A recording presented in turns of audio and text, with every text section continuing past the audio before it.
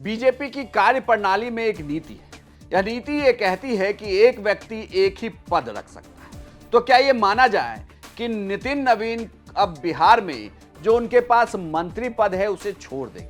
और अगर मंत्री पद छोड़ते हैं और पार्टी की इतनी बड़ी जिम्मेदारी वो संभालते हैं तो फिर बिहार में और क्या होने वाला है?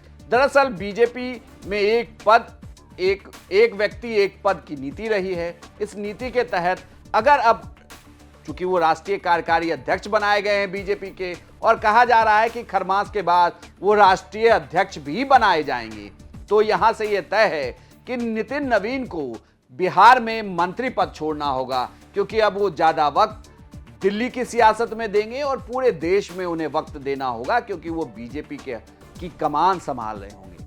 लेकिन अगर बिहार में वो मंत्री पद को छोड़ देते हैं तो मुश्किल सिर्फ बीजेपी के लिए नहीं है कि उस मंत्री पद को कैसे भरा जाए, बल्कि बीजेपी के लिए तो इतने विधायक इस बार हैं 89 की वो किसी को मंत्री पद दे, लेकिन उसी जाति से दे, इस पर सबकी नजर होगी। लेकिन बड़ी बात, ये संकट शुरू होगा दिलीप जायसवाल के लिए। दिलीप जायसवाल बिहार सरकार में मंत्री भी हैं और बीजेपी के प्रदेश अध्यक्ष भी हैं। यानी कि कवायद यहां भी शुरू हो जाएगी कि अब पार्टी बिहार में किसे प्रदेश अध्यक्ष बनाए, क्योंकि अगर इसी नीति के तहत देश के सबसे बड़ी पार्टी के सर्वोच्च पद पर नितिन नवीन बैठते हुए इस्तीफा दे देते हैं तो फिर जिस बिहार से वो आते हैं उसी बिहार के प्रदेश अध्यक्ष को भी इस्तीफा देना पड़ेगा। यानी कि मुश्किल दिलीप जायसवाल के लिए भी हो जाएगी और दिलीप जायसवाल को भी अपना पद छोड़ना पड़ सकता है। यानी कि दो में से किसी एक पद को तो छोड़ना होगा, या तो वो मंत्री पद छोड़ दें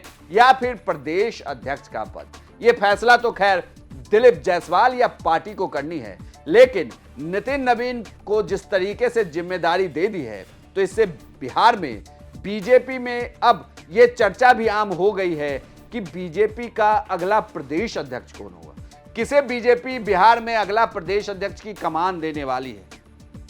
क्योंकि बिहार में जिस तरीके से तमाम जातियों को साधने की एक कवायद है, उसमें अब यह भी देखना होगा कि अगर नितिन नवीन के हाथ में पूरी बीजेपी की कमान आ गई तो बिहार बीजेपी की कमान अब कौन संभालेगा।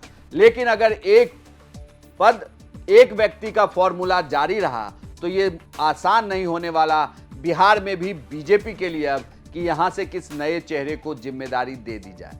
उत्तर प्रदेश में तो बदलाव हो गया, अब बारी बिहार की है। यह कहा जा रहा है कि यहां भी ये कवायद शुरू की जा रही है। यह कवायद कब तक चलेगी और कब पूरी होगी, इस पर सबकी नजर है। लेकिन सबसे बड़ी खबर फिलहाल यही कि नितिन नवीन को बीजेपी ने राष्ट्रीय कार्यकारी अध्यक्ष बना दिया और अब यह कहा जा रहा है कि खरमास के बाद उन्हें राष्ट्रीय अध्यक्ष भी बना दिया जाएगा।